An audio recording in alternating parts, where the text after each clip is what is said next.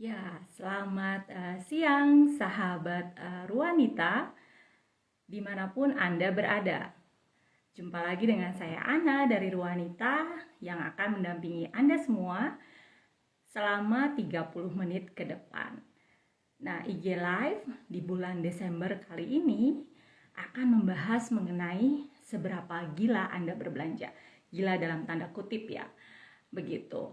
Nah, karena tanggal 26 November atau Jumat lalu di Jerman kami mulai keriuhan dengan Black Friday, di mana orang begitu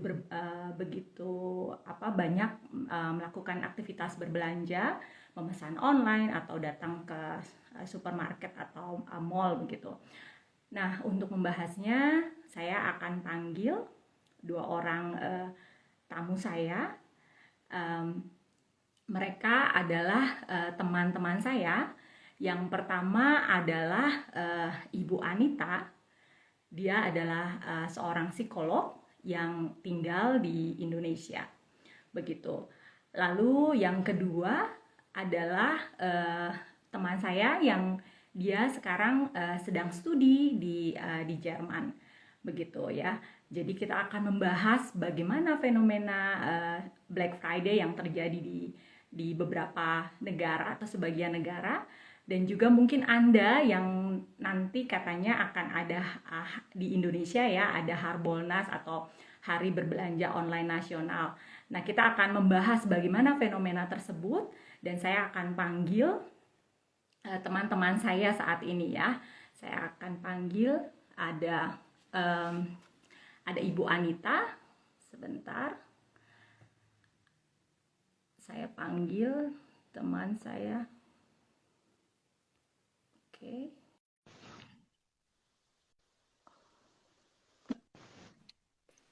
Halo, selamat siang Kak Kiki. Selamat pagi dari sini. Oh iya, aku membuat semuanya sama seragam siang di Indonesia Ya, ini. Iya, selamat ya, selamat siang. pagi, betul. Aku panggil satu lagi Ibu Anita. Iya, oke. Baik. Gimana nih kabarnya Kak Kiki di sana? Baik, baik. Baik ya. Iya, di Lagi Indonesia apa? Lagi sibuk ujian atau lagi sibuk apa ini? belum. Ini lagi sibuk proyek. Oke. Ibu Anita kayaknya kameranya terbaik. Ya, sip.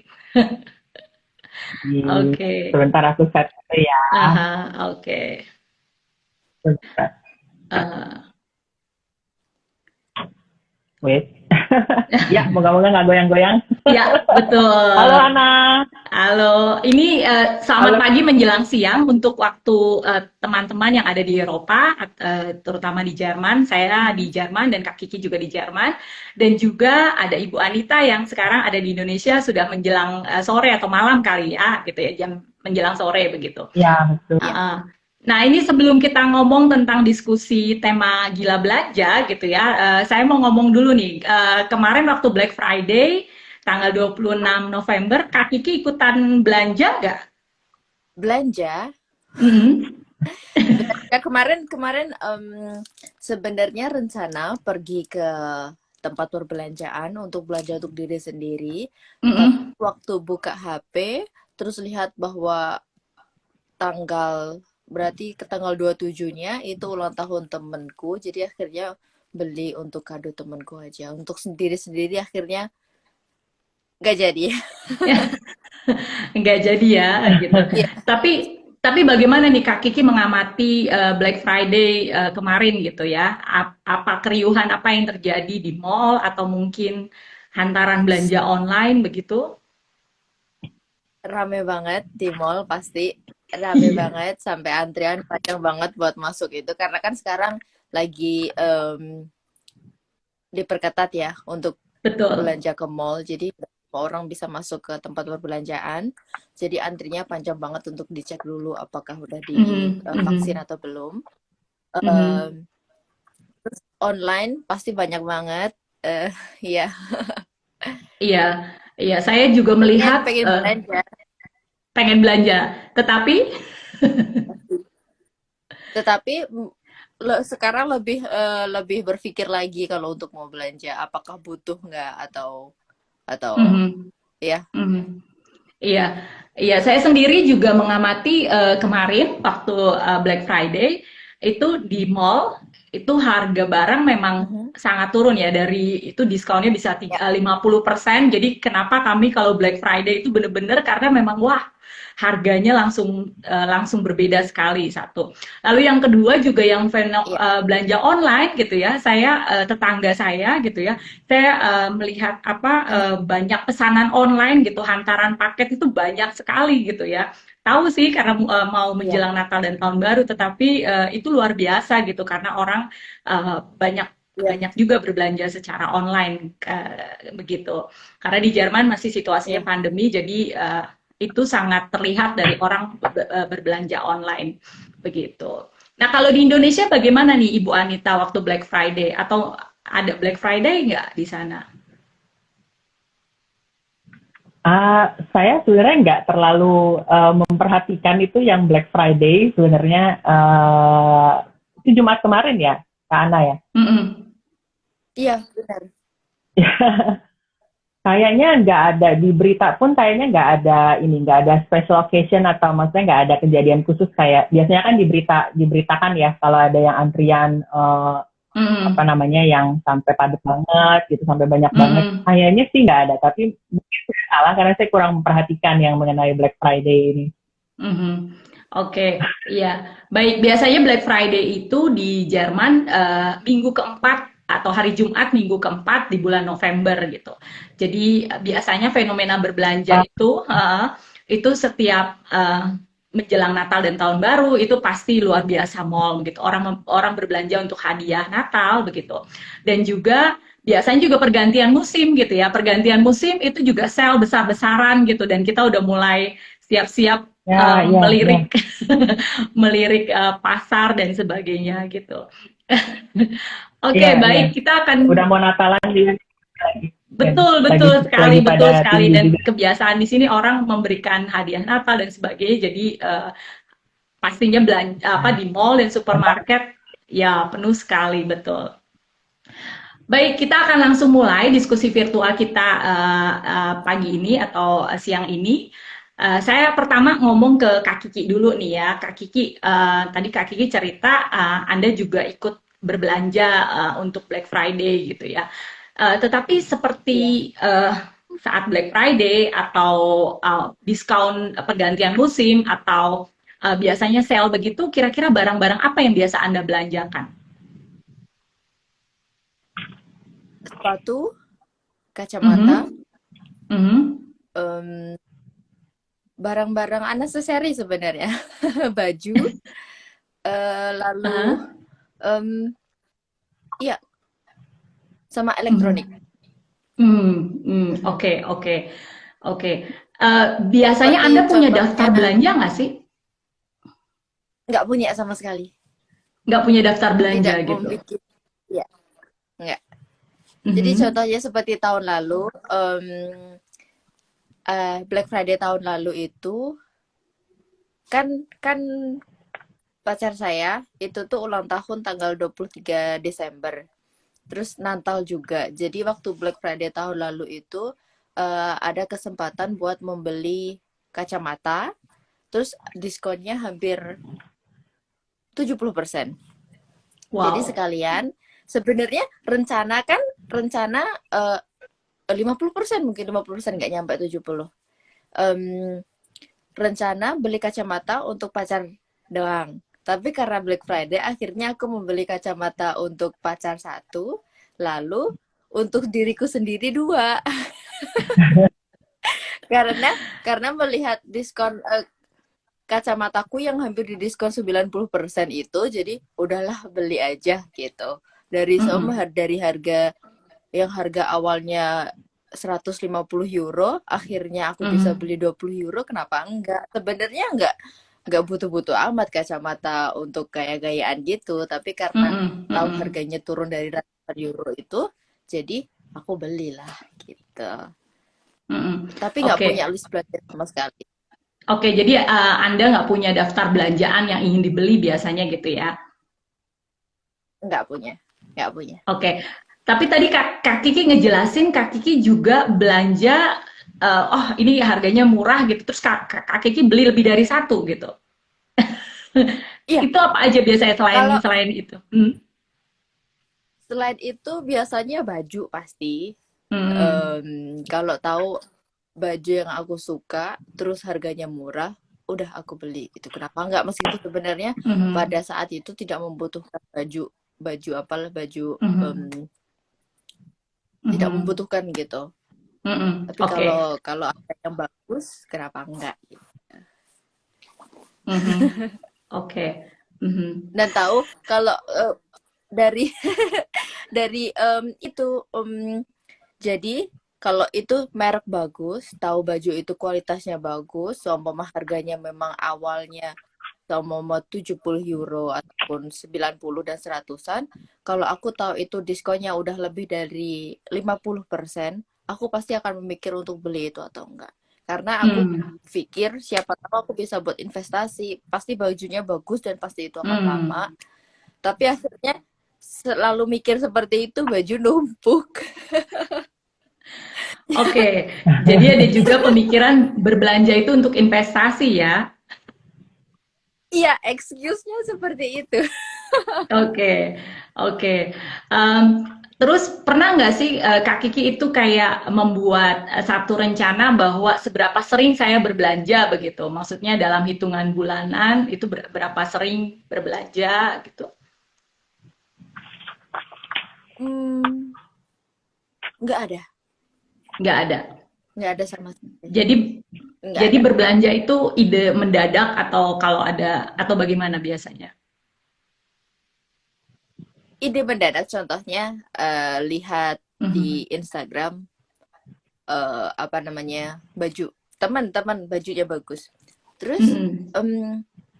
lagi oh aku juga punya baju seperti itu. Tapi baju itu Mhm. lebih apa ya kayak bisa nih buat apa dimasukin list untuk daftar bajuku gitu. Terus akhirnya aku cari-cari atau enggak sama temen lagi temanku bilang aku sebenarnya mau ke toko untuk beli ini gitu. Terus aku cari buat dia. Biasanya aku memang memang selalu apa namanya buat temennya kasih saran. Kamu bajunya Mhm. ini bagus gitu. Biasa kan selalu nanya aku karena aku sering ditanya temen baju apa yang bagus, seperti apa, kayak gitu. Akhirnya kalau teman beli, aku pasti beli entah itu satu atau dua gitu. Aku pasti ngikut gitu karena dia sering mereka sering nitip aku untuk belanja online gitu. Jadi akhirnya Mhm. aku ikut beli Oke, gitu. jadi fenomena Jadi seringnya ikut-ikutan karena kayak berbelanja gitu. karena iya, fenomena ikut-ikutan berbelanja karena teman berbelanja juga juga jadi kecenderungan buat Kak Kiki juga ya. Iya, iya, iya. Oke. Sebenarnya paling cuma nemenin nemenin ke supermarket gitu atau Mhm.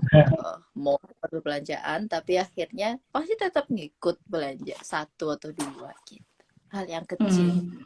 Oke. Mhm. Menarik sekali ya. Oke, sahabat wanita dimanapun Anda berada, silahkan kalau Anda punya pertanyaan atau komentar bisa menuliskan di kolom komentar. Ada Ibu Anita, dia adalah seorang psikolog, dan Kak Kiki, seorang mahasiswi dari yang sedang studi di Jerman, yang akan bercerita banyak tentang pengalaman dan pendapat mereka tentang kegiatan berbelanja atau shopaholic gitu ya. Nah, sekarang saya ke Kak Anita nih, ke Ibu Anita, sorry, ke Ibu Anita. Sampai sejauh mana seseorang itu bisa disebut shopaholic gitu? Oke, ya jadi yang pertama sebenarnya berbelanja itu normal ya. Dan saya mengajak teman-teman juga yang mendengarkan untuk tidak self-diagnose ya. Jadi ini kita bukan untuk mendiagnosa diri kita, tapi kita mengenali kecenderungan saja.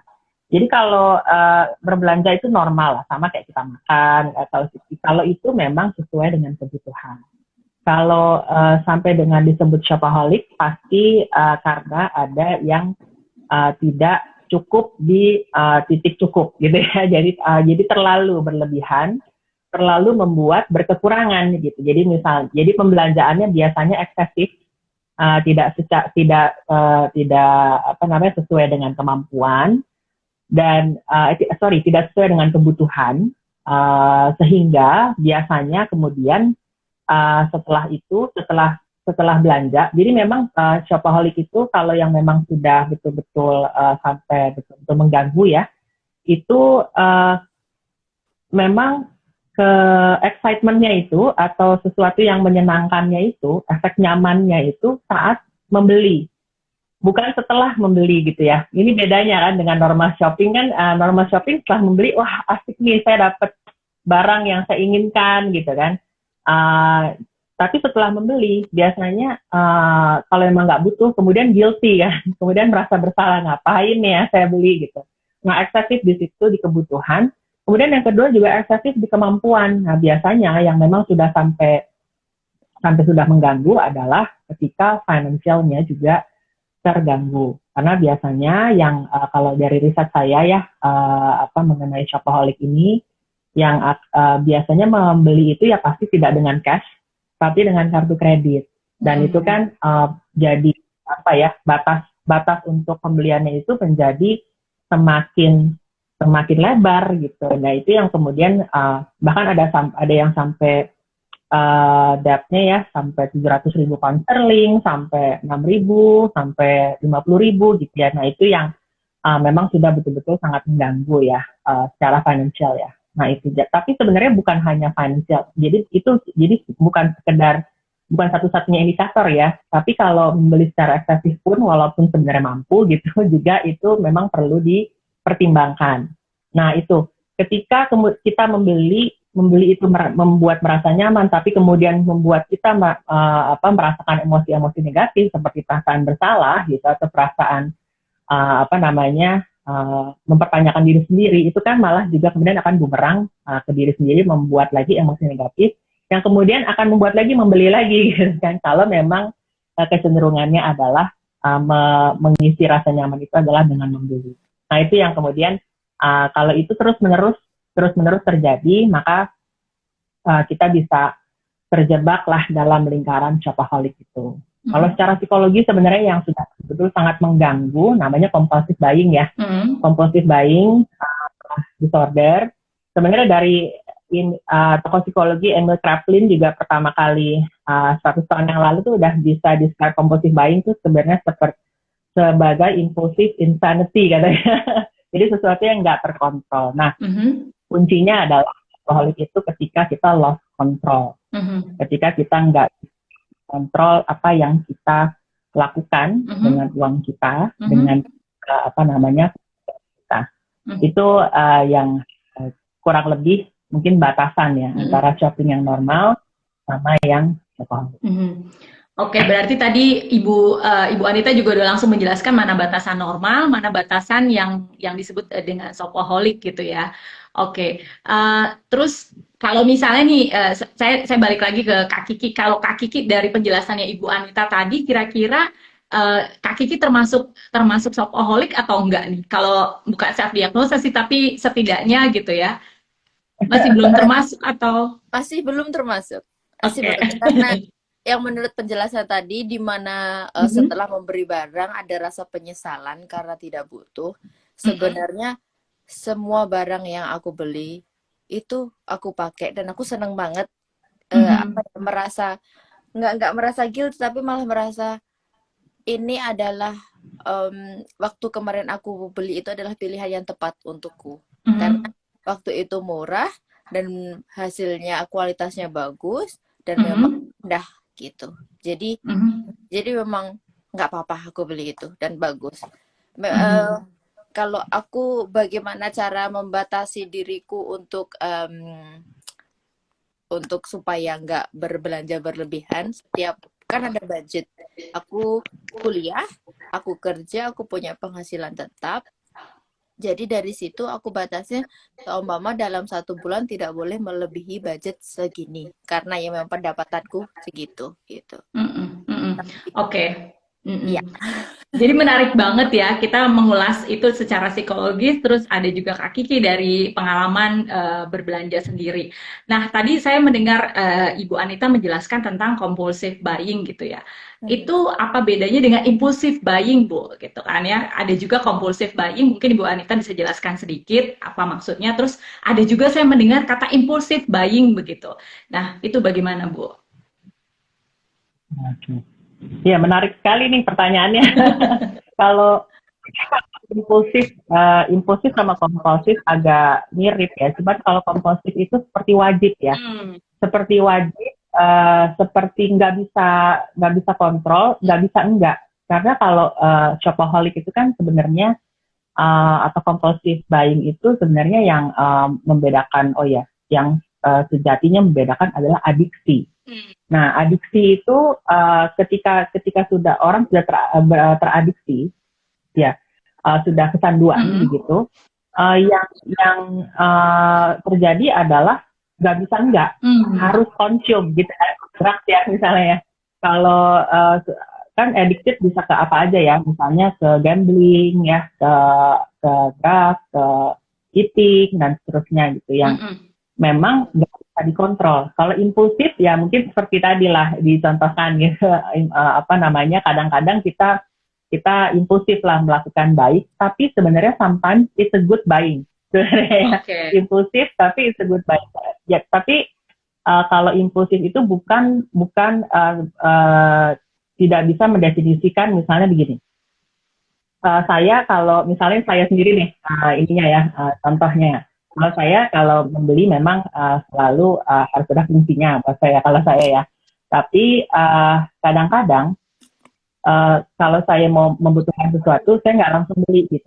Pikirin dulu, atau nggak sempat ngapa-ngapain lah, nggak sempat beli gitu. Nah, terus nanti misalnya someday gitu, saya ke mall atau ke mana, atau lagi surfing gitu, ada nih yang bagus. Nggak pakai pikir panjang, saya beli.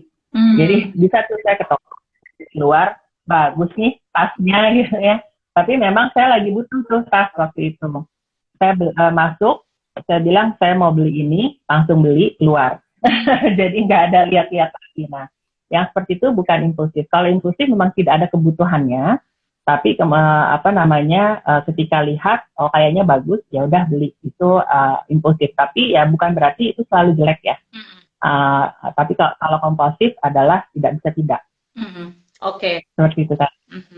Oke, baik. Ini menarik sekali ya buat sahabat wanita juga melihat perbedaan compulsive buying, lalu juga ada impulsive buying, atau bagaimana juga aktivitas berbelanja kita nih ya, apalagi jelang akhir tahun, biasanya sudah mulai diskon besar-besaran gitu ya. Dan di Indonesia juga ada Harbolnas nanti ya, jadi siap-siap juga untuk berbelanja. Ya, Oke, nah Kak Kiki sendiri apa yang dialami nih ketika Kak Kiki berbelanja terus tiba-tiba barang yang diinginkan itu nggak sesuai gitu, atau nggak sesuai dengan apa yang dibutuhkan gitu. Ada rasa penyesalan atau rasa kecewa atau apa yang biasanya Kak Kiki alami gitu? Biasanya karena aku lebih sering belanja online daripada belanja di toko. Apalagi belanja sepatu atau high heels, itu kadang kalau sampainya nggak nyaman.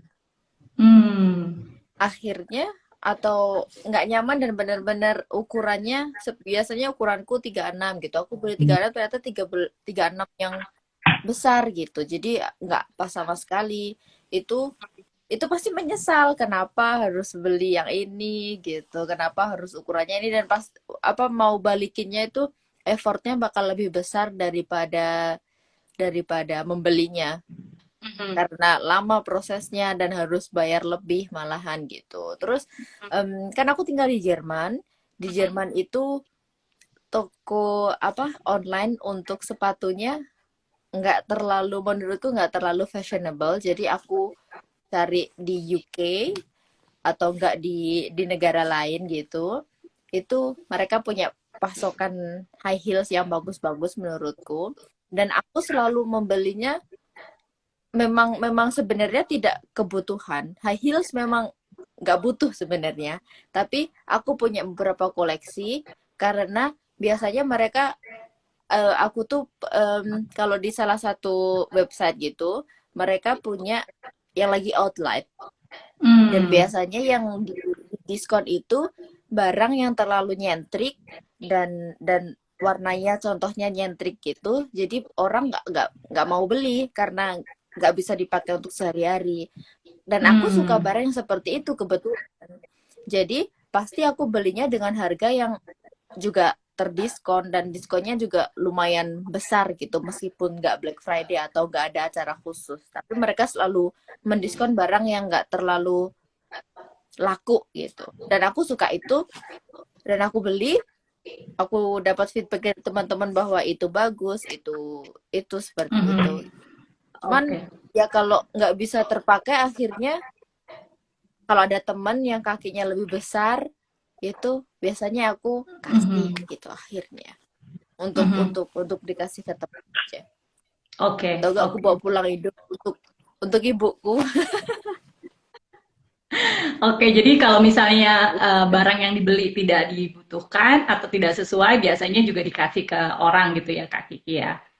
Iya. Nah, ya, Ibu Anita nih balik lagi mengenai tadi ya fenomena berbelanja yang dilakukan oleh Kak Kiki misalnya gitu ya. Apakah ada kemungkinan untuk shopaholic atau orang yang gila berbelanja dalam tanda kutip itu juga punya penyesalan gitu setelah berbelanja tidak sesuai dengan apa yang dibutuhkan gitu? Iya, sorry tadi agak patah. Pertanyaannya adalah apakah mungkin yang pertanyaannya adalah itu punya penyesalan begitu? Betul.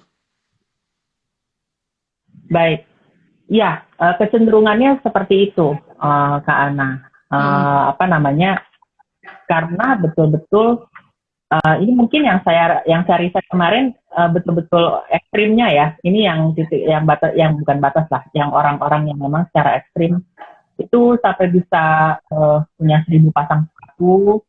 Maksudnya kita nggak mungkin kan butuh 1.000 gitu kan, 1.000 pasang. Kemudian di samping rak-raknya yang banyak banget itu ada rak lain lagi untuk wig gitu. Kemudian ada scarf-nya lagi, ada banyak banget barang yang tertimbun di situ. Kemudian juga ada orang lain lagi, rumahnya besar tapi penuh dengan barang belanjaan dia gitu kayak toko gitu ya. Pakaiannya ada etalasenya sendiri gitu loh, betul-betul kayak toko, dan kebetulan dia belinya barang-barang branded sampai keloteng penuh dengan barang dia gitu. Nah, yang seperti itu. Nah, seharusnya kalau kita beli barang, harusnya kita nggak menyesal kecuali memang kualitasnya jelek dan sebagainya tadi, atau tidak cocok, nggak fit dan sebagainya. Kalau itu kan wajar ya. Tapi mungkin menyesalnya adalah kenapa sih saya nggak beli aja langsung nih, kalau online mungkin kadang-kadang nggak cocok nih, atau mungkin kenapa misalnya saya nggak tanya dulu misalnya berapa sentimeter misalnya ukurannya gitu ya. Nah, tapi kan itu penyesalan berdasarkan sesuatu yang berbeda gitu kan. Saya juga akan menyesal kalau beli barang nggak cocok gitu kan. Tapi ini menyesalnya adalah karena sudah membeli. Nah, ini yang memang membedakan ya, biasanya seperti itu. Karena memang kalau tadi ya 1.000 pasang sepatu, wignya banyak banget, scarf dan sebagainya, nggak ada orang yang butuh itu sih sebenarnya, kecuali mau dibelanjain dijual lagi gitu ya. Nah, ini dan biasanya memang ada kecenderungan yang memang seperti itu, yang punya penyesalan ini, kemudian juga malu. Jadi banyak yang juga menyembunyikan kalau sudah membeli gitu ya. Jadi nggak berani gitu, nggak enak bilang ke orang-orang gitu kalau dia baru belanja, karena ya udah begitu ininya eksesifnya pembeliannya seperti itu. Ya kalau kita udah mulai ada walaupun sedikit, kita mulai setelah membeli kita menyesal bukan karena barangnya kenapa, tapi karena kita membeli, itu mungkin memang sudah alert ya, sudah alarm bahwa oke, ini berarti ada hal yang perlu saya benahi nih, kayaknya oke deh, mungkin stop aja lah dulu di sini gitu. Lain kali misalnya kalau mau beli, mungkin saya bilang stop dulu, saya pertimbangkan, tunggu 1-2 hari, kalau masih pengen maka saya beli gitu. Mungkin seperti itu ya, secara ringannya dulu. Mhm. Ini ada komentar nih, Ibu Anita dari ini Ani, ngebatin Ya. mending nyesel daripada nyesel nggak beli. Tapi di sisi lain ngebatin juga bibir cuma satu kok lipstiknya 50. Iya, terima kasih komentarnya. Terima kasih. Iya, iya, iya. Iya. Apa namanya? Ya ini sih ini pilihan ya sebenarnya ya. Pilihan Mhm. juga. Yang penting sebenarnya kemudian konsekuensinya emosi seperti apa yang muncul setelah itu dan kemudian secara keuangan apakah masih bisa dikelola atau tidak. Sebenarnya kan itu ya. Mhm. Pembelanjaan kita adalah pilihan kita bagaimana kita mengelola apa yang ada di dalam kehidupan kita sampai titik cukup seperti itu. Oke, oke, baik. Eh, Menurut Ibu Anita sendiri, kenapa seseorang tuh bisa bisa menjadi shopaholic gitu? Apa penyebabnya ya? Iya, penyebabnya kalau yang memang sampai menjadi shopaholic ya, seperti Mhm. tadi yang betul-betul eksesif ya, yang tadi saya jelaskan, itu biasanya sebenarnya kan banyak ya istilah-istilah psikologi, tapi saya agak kurang ingin menggunakannya di ini ya. Saya simpulkan aja, secara umum sebenarnya adalah uh, yang pertama adalah mencari sesuatu gitu ya, mencari excitement, mencari approval, mencari love, ya, mencari admiration mungkin gitu. Yang kedua adalah mengisi sesuatu yang ya perlu diisi ya, artinya ada yang perlu diisi gitu. Kemudian yang ketiga adalah mengganti bisa jadi misalnya mengganti kemarin salah satu yang saya riset tuh bilang gini, I blame my mom and dad because they spoiled me karena mereka tuh betul spoiled tuh apa ya ngasih semua yang saya mau waktu Mhm. kecil gitu, Mhm. memanjakan waktu kecil. Maksud saya sebenarnya kalau dipikir secara logis kan enggak, ya. Sebenarnya enggak gitu lah, enggak gitu sebenarnya. Kita udah dewasa kan kita punya pilihan. Mhm. Tapi ya kadang-kadang ada rebellion, ada apa namanya yang perasaan nggak nyaman dan seterusnya yang nggak bisa disalurkan dengan cara yang lebih sehat, kemudian bisa tersalurnya ke situ. Seperti itu. Jadi intinya kita mengelola kita hidup yang sehat adalah kita tidak perlu hal lain, kita tidak perlu orang lain untuk membuat kita merasa cukup. Ketika kita memerlukan, disitulah mulai mungkin kita membutuhkan bantuan. Kira kurang lebih seperti itu, Kak Ana. Mhm. Mhm. Oke, apa dampak buruknya dari shopaholic itu, Bu Anita? Dampak buruknya apa Ya, sih? Hmm. dampak buruknya dampak buruknya itu kalau kita pikirin aja ya secara apa secara masuk akal saja. Kalau kita berbelanja, uh, kalau kita tidak bisa mengontrol Mhm. cara kita berbelanja, frekuensi kita berbelanja, maka kita berarti lost control of ourselves gitu kan. Kita kehilangan kontrol akan diri kita sendiri, itu udah sangat buruk. Mhm. Kemudian itu bisa ya eksesnya itu kemana-mana ya, akibatnya itu kemana-mana. Misalnya yang sudah sangat pasti ya adalah keuangan. Hmm. Kalau kita nggak bisa kontrol, maka bisa jadi kemudian keuangan kita akan spending lebih daripada yang kita mampu. Hmm. Jadi kemudian akhirnya tiba-tiba kita terjerat dalam hutang. Kan kita nggak mau ya seumur hidup kita membayar hutang gitu. Dan kita nggak tahu nih ini agak dalam ya, agak spiritual. Kita nggak tahu kita hidup sampai kapan gitu ya. Dan kita pasti nggak mau meninggalkan hutang kan. Hmm. Kita nggak mau meninggalkan dunia dengan meninggalkan hutang ke keluarga kita atau ahli waris kita begitu kan. Dan kemudian juga kemarin di salah satu kasus juga ada yang pasangannya kebetulan yang laki-laki ya, yang excessive buying, yang shopaholic, yang dibelanjakan itu ya elektronik ya, jeansnya, celana jeans, barang-barang rak dan sebagainya gitu. Istrinya mulai keberatan gitu kan, karena ketika karena seseorang bisa menjadi shopaholic ini sebenarnya kan nggak satu sebab ya. Mhm. Banyak sebab gitu, nggak bisa digeneralisir ya. Tapi ya kurang lebih ketiga hal itu tadi. Nah, kalau dalam kasus ini dia belanja online banyak gitu, misalnya ada tiba-tiba 10 bingkisan datang nih, Nah, dia menganggap itu sebagai bingkisan. Hey, this is like Christmas gitu. Kayak anak kecil gitu. Tapi ya maksudnya istrinya mengerti itu ya. Kayaknya dia menganggap itu dia ini ya dapat hadiah gitu. Tapi kan itu nggak sehat untuk keuangan keluarga gitu ya. Mulai keberatan, dan itu pasti akhirnya bisa mengganggu hubungan. Nah, hubungan bisa jadi tidak sehat, rumah tangga menjadi tidak sehat atau kalau misalnya ada keuangan bersama gitu.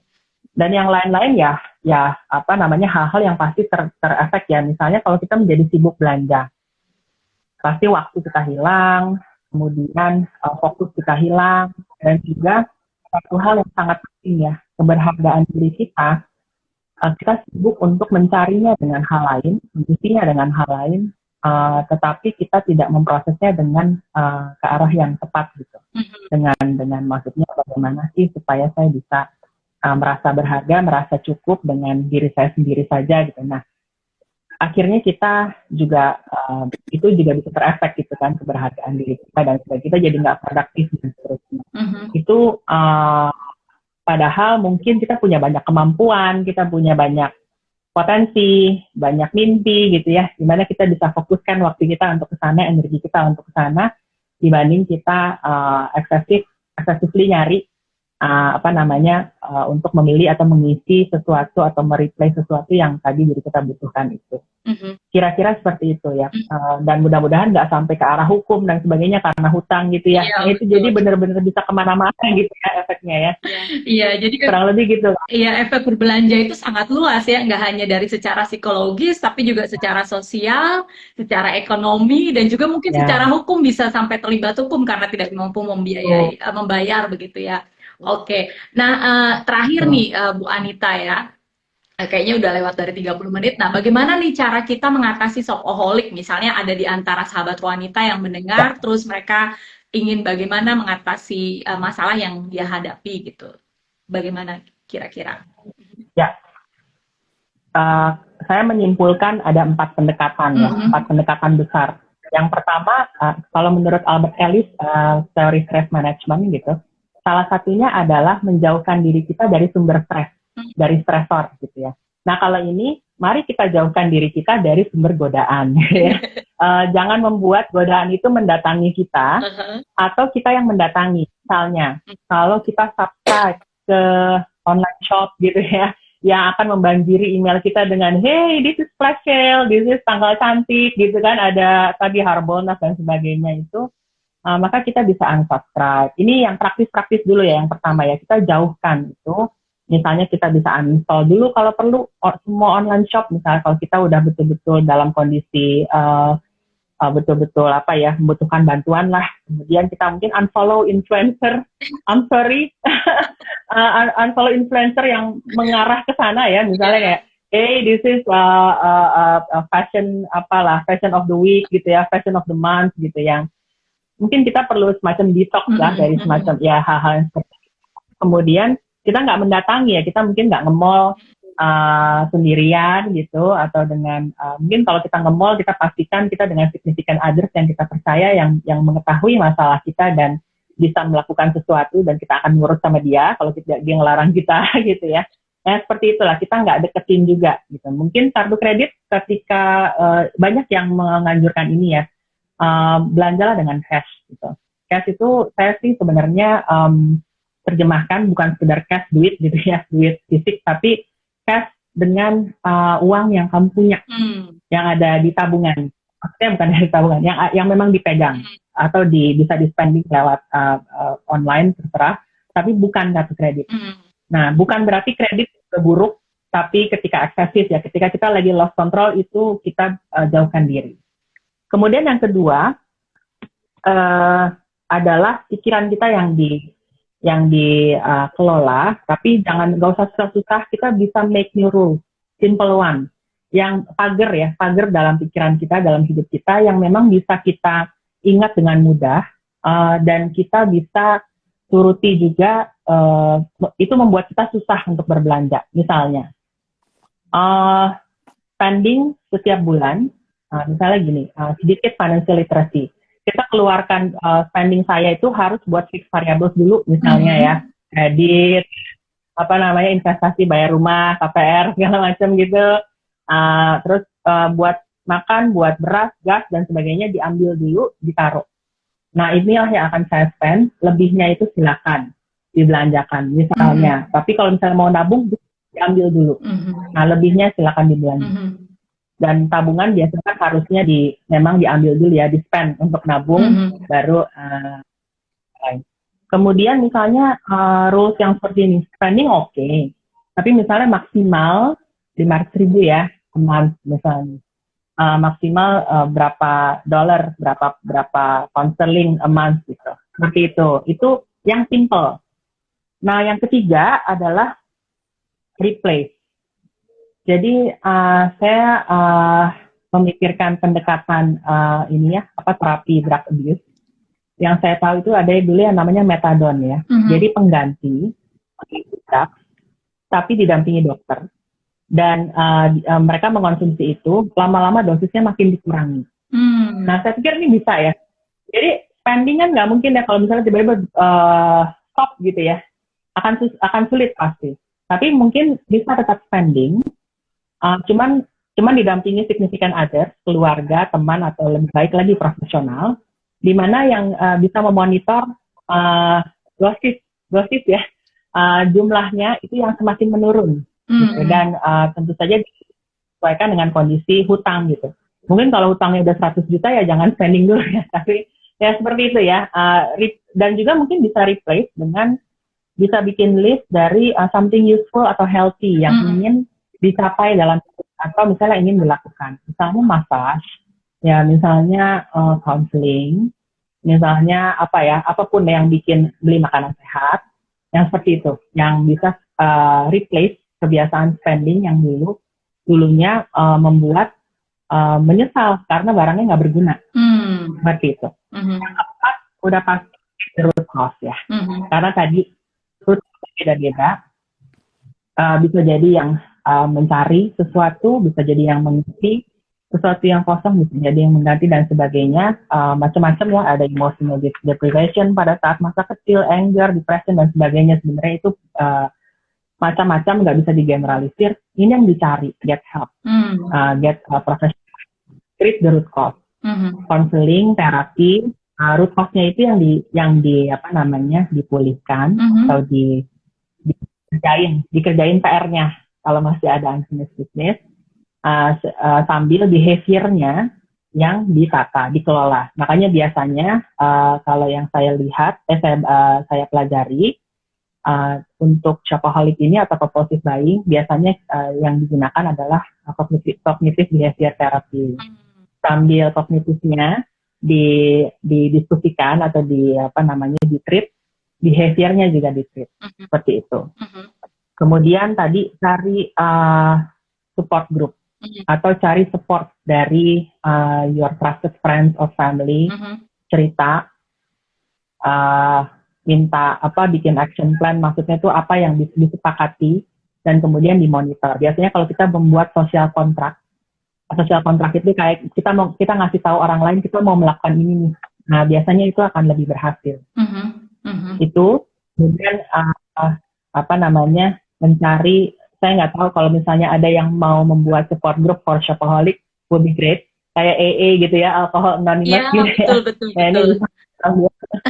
Iya. Sebenarnya bisa bisnis bareng ya. Nah itu. Tapi maksudnya intinya adalah get help, get support from others.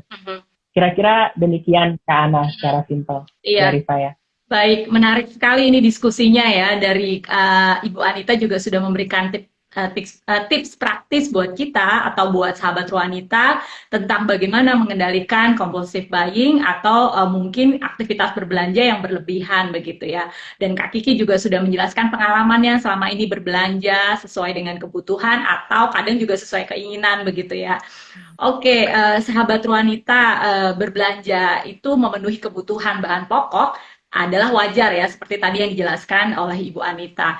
Dan berbelanja sendiri itu punya dua sisi gitu, dua sisi dalam batas sekedar kesenangan atau rekreasi tadi, atau juga berbelanja untuk kebutuhan, atau berbelanja yang secara ekstrim dia berlebihan dan juga berulang-ulang atau sampai menimbulkan gangguan ya, yang tadi ini disebut dengan shopaholic begitu. Nah, sahabat Ruanita sendiri, Anda sendiri dalam batasan berbelanja yang mana nih? Apakah masih sesuai dengan kebutuhan atau ya sekedar kesenangan atau sebenarnya Anda sudah berlebihan dan berulang-ulang dan perlu penanganan khusus? Nah, ini adalah diskusi virtual kita yang kurang lebih bahkan mungkin sudah lebih dari 30 menit. Semoga bermanfaat buat sahabat Ruanita dimanapun Anda berada. Dan jika ada saran atau ide, silahkan DM tim dapur konten Ruanita. Akhir kata saya ucapkan terima kasih banyak untuk pengalaman dan juga pendapatnya. Ada Kak Kiki di Jerman dan juga ada Ibu Anita yang ada di Indonesia. Terima kasih banyak untuk waktunya dan juga untuk sahabat Ruanita dimanapun Anda berada yang menyaksikan siaran langsung ini. Begitu. Sampai jumpa pada kegiatan IG Live selanjutnya dan happy weekend. Happy weekend, terima kasih. Terima kasih Bu Anita, terima kasih Kak Kiki. Happy weekend. Ya, sama-sama. Terima kasih Kak Anu. Terima Kak kasih. Kiki, terima Terima kasih Bu Anita, terima kasih Kak Kiki. Happy weekend semua. Ya, dadah. Bye-bye. Dah.